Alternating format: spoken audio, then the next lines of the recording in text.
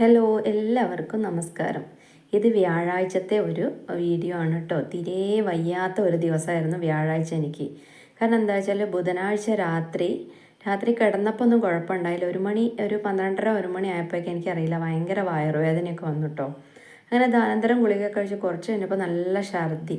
അങ്ങനെ ഛർദിയായി, ഉറക്കമില്ല, ഒന്നുമില്ല, ഭയങ്കര ക്ഷീണമായിരുന്നു കേട്ടോ.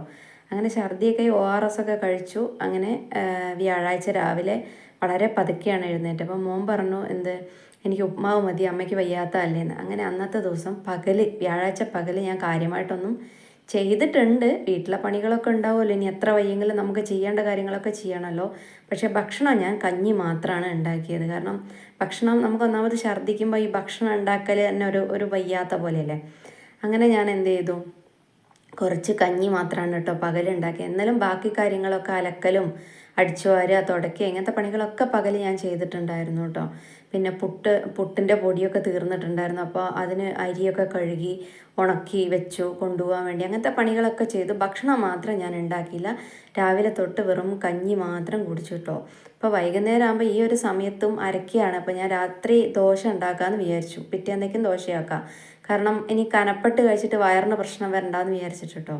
അപ്പോൾ അങ്ങനെ ഭയങ്കര ക്ഷീണം, എനിക്ക് എവിടെയെങ്കിലും ഒന്ന് കിടന്നാൽ മതി എന്ന് തന്നെയാണ് കേട്ടോ. എങ്കിലും ഞാൻ ഇന്ന് ലൈവും ഒക്കെ നടത്തിയിട്ടുണ്ട് കേട്ടോ. ഈ വ്യാഴാഴ്ച ദിവസം ഞാൻ ലൈവും നടത്തി. ഇനി വാച്ച് അവർ കുറയേണ്ട, സ്ട്രൈക്കൊക്കെ കിട്ടിയിട്ട് ലൈവൊന്നും ഇല്ലാത്തതായിരുന്നില്ലേ എന്നൊക്കെ വിചാരിച്ചിട്ട് വയ്യാതെ തന്നെ എല്ലാ കാര്യങ്ങളും ഞാൻ ചെയ്തുകൊണ്ടിരിക്കുന്നുണ്ട്. വയ്യാന്ന് വിചാരിച്ചിട്ട് ഒരു വീട്ടമ്മയ്ക്ക് വെറുതെ ഇരിക്കാൻ പറ്റുമെന്ന് പറ്റാത്തൊരു കാര്യമാണല്ലോ, ഒരിക്കലും നടക്കാത്തൊരു കാര്യമാണ്. നമുക്ക് എന്തായാലും വെറുതെ കിടന്നാൽ നമുക്കാരും ഭക്ഷണമൊന്നും എടുത്തു തരാൻ ഉണ്ടാവില്ല. അപ്പം നമ്മൾ ചെയ്യുന്ന കാര്യങ്ങളും ഒക്കെ നമ്മൾ കൃത്യമായിട്ട് തന്നെ ചെയ്യണം. അപ്പോഴേക്കും മോഹനേട്ടൻ വന്നു കേട്ടോ. മോഹനേട്ടൻ വന്നിട്ട് ഈ പുട്ടിൻ്റെ പൊടി കൊണ്ടുവന്നിട്ടുണ്ടായിരുന്നു കേട്ടോ. പുട്ട് ഞാൻ പറഞ്ഞില്ലേ, ഞാൻ കൊടുത്തിട്ടുണ്ടായിരുന്നു. അപ്പോൾ ഒന്ന് വയ്യാൻ തോന്നിയാൽ പുട്ടുപൊടിയൊക്കെ ഉണ്ടെന്നുണ്ടെങ്കിൽ നമുക്കൊരു ധൈര്യമാണല്ലോ, വയ്യെങ്കിലും വേഗം ഉണ്ടാക്കാമെന്നുള്ളത്. അതുകൊണ്ട് തീർന്നതുകൊണ്ട് അതൊക്കെ വയ്യെങ്കിലും ഞാൻ അതൊക്കെ കൃത്യമായിട്ട് കഴുകി കൊടുത്തിട്ടുണ്ടായിരുന്നു. അപ്പോൾ അത് പൊടിച്ചു കൊണ്ടുവന്നു. അപ്പോൾ ഇന്ന് വയ്യാന്ന് കണ്ടിട്ട് വിൻകുട്ടൻ ഒറ്റയ്ക്കാണ് കേട്ടോ കളിക്കുന്നത്. കാരണം അമ്മയ്ക്ക് വയ്യാന്ന് പറഞ്ഞാൽ അവന് മനസ്സിലായി. അപ്പോൾ അവൻ പറഞ്ഞു ഞാൻ ഒറ്റയ്ക്ക് കളിക്കാൻ പറഞ്ഞാൽ അവൻ ഒറ്റയ്ക്ക് ഇങ്ങനെ തട്ടി തട്ടി കളിക്കുകയാണ് കേട്ടോ. പിന്നെ ഞാൻ എന്ത് ചെയ്തു എന്ന് വെച്ച് കഴിഞ്ഞാൽ, അപ്പം എല്ലാവർക്കും ചായയൊക്കെ വെച്ചിട്ടുണ്ടായിരുന്നു. അപ്പോൾ ചായ വെച്ച പാത്രങ്ങളൊക്കെ ഒന്ന് കഴുകി ഒക്കെ വെക്കുകയാണ്. അതിനിടയിൽ രാവിലെ കഴുകി വെച്ച പാത്രങ്ങളൊക്കെ അതിൻ്റെ മുകളിലേക്ക് എടുത്ത് വെച്ചു കേട്ടോ. അപ്പോൾ കഞ്ഞി വെച്ച പാത്രവും ഉച്ചയ്ക്ക് ഞാൻ അങ്ങനെ ഒരു ഇതിൽ ചെയ്തു എങ്കിലും ചില കാര്യങ്ങളൊക്കെ ഞാനൊന്ന് സ്ലോ ആക്കിയിട്ടായിരുന്നു ചെയ്തത് കേട്ടോ. കുളിക്കാനൊക്കെ ഒന്ന് ഒരുപാട് വൈകിയുണ്ട്. ഞാൻ ഉച്ചയൊക്കെ ആകുമ്പോൾ തന്നെയാണ് കുളിച്ചത്. എനിക്ക് വയ്യായിരുന്നു. പതുക്കെയാണ് ജോലികളൊക്കെ തീർത്തത്. അങ്ങനെയും സ്ലോയിലാണ് കേട്ടോ കാര്യങ്ങൾ ചെയ്തത്. അപ്പം അത് കഴിഞ്ഞിട്ട് ഞാൻ എന്ത് ചെയ്തു, എല്ലാവരും ചായ കഴിച്ചപ്പോൾ ആ പാത്രങ്ങളൊക്കെ ഒന്ന് കഴുകി വെച്ചു കേട്ടോ. തല പൊന്തുമ്പോൾ നമ്മളിങ്ങനെ ചെയ്തുകൊണ്ടിരിക്കുമല്ലോ. പിന്നെ ആ പാത്രമൊക്കെ കഴുകി അവിടെയൊക്കെ ഒന്ന് തുടച്ച് വൃത്തിയാക്കിയിട്ടു കേട്ടോ. ഇനി എത്ര വയ്യാന്നുണ്ടെങ്കിലും അധികം വൃത്തികേടായി കിടക്കുന്നത് നമുക്ക് ഇഷ്ടമുണ്ടാവില്ല. എനിക്ക് അടുക്കള പ്രത്യേകിച്ചും എന്തോ ഒരു പോലെയാണ്, നമുക്ക് തീരെ വയ്യാത്ത പോലെയാവും. അപ്പോൾ എത്ര വയ്യാന്നുണ്ടെങ്കിൽ എനിക്ക് ആകുന്ന പോലെയൊക്കെ ഞാൻ എങ്ങനെയെങ്കിലുമൊക്കെ ചെയ്ത് ഒപ്പിക്കും കേട്ടോ.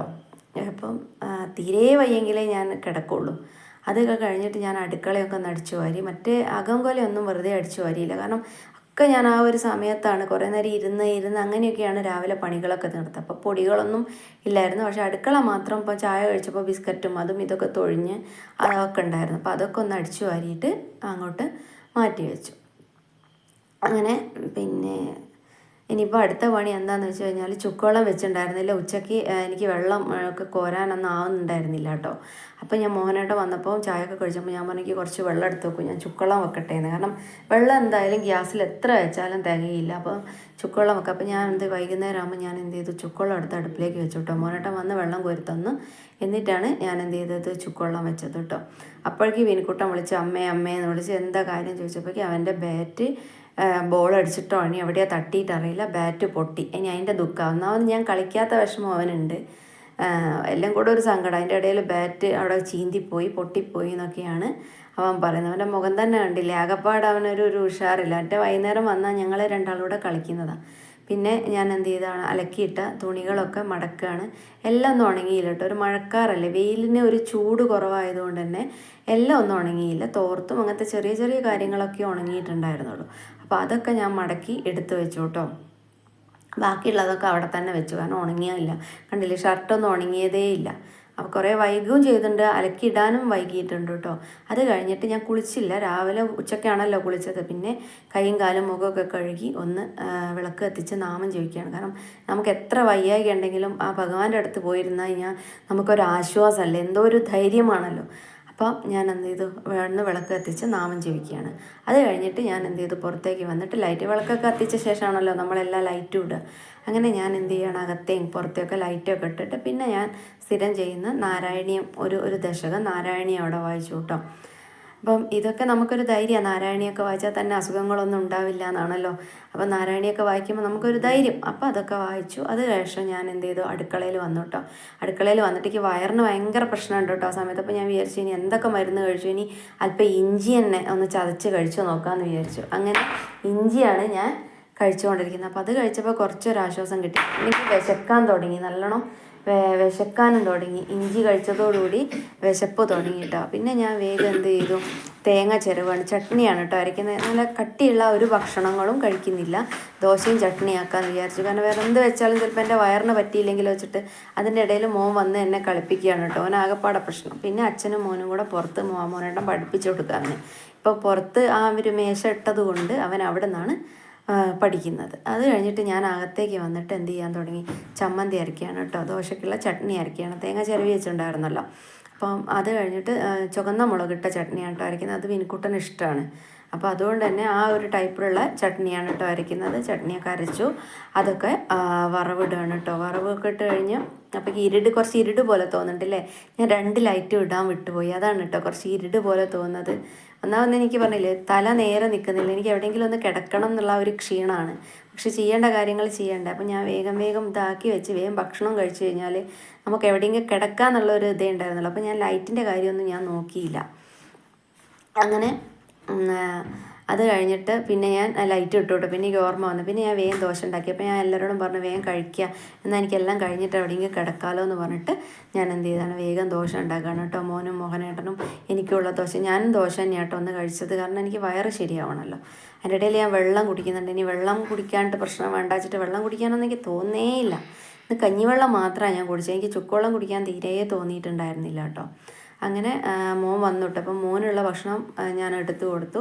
അത് കഴിഞ്ഞിട്ട് എന്ത് ചെയ്തു, മോഹനേട്ടനുള്ള ഭക്ഷണവും എടുത്തു കൊടുക്കുകയാണ് കേട്ടോ. അപ്പോൾ അവർ രണ്ടാക്കും കഴിച്ചു കഴിഞ്ഞാൽ പിന്നെ എനിക്കുള്ള ഭക്ഷണം അല്ലേ വേണ്ടു. അപ്പം മോഹനേട്ടനുള്ള ഭക്ഷണം എടുത്തു കൊടുത്തു. മോന് കുടിക്കാനുള്ള വെള്ളമൊക്കെ അവിടെ എടുത്ത് വെച്ചു, അവരെടുത്തുകൊണ്ട് പോയി കേട്ടോ എല്ലാം.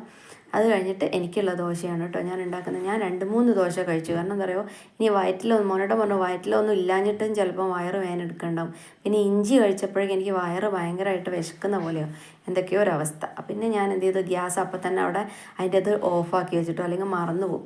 അത് കഴിഞ്ഞിട്ട് ഞാനും ഭക്ഷണം കഴിച്ചു. അത് കഴിഞ്ഞ് എന്ത് ചെയ്തു, പാത്രമൊക്കെ കഴുകി എല്ലാം വൃത്തിയാക്കി. ഇപ്പോൾ അടുത്ത ദിവസത്തേക്കുള്ള കടലയും പുതിർത്ത് വെച്ചു കേട്ടോ. അപ്പോൾ ഇത്രയേ ഉള്ളൂ ഈ വീഡിയോ. അപ്പോൾ എല്ലാവർക്കും ഇഷ്ടമായെന്ന് വിചാരിക്കുന്നു. 8:15 ഉള്ള സമയം, ഇനി പോയി കിടക്കുക എന്നുള്ള ഉദ്ദേശം. അപ്പോൾ ഇത്രയേ ഉള്ളൂ വീഡിയോ. എല്ലാവർക്കും ഇഷ്ടമായെന്ന് വിചാരിക്കുന്നു. ഇഷ്ടമാണെങ്കിൽ ലൈക്കും ഷെയറും സബും ചെയ്ത് സപ്പോർട്ട് ചെയ്യണേ. Okay, by.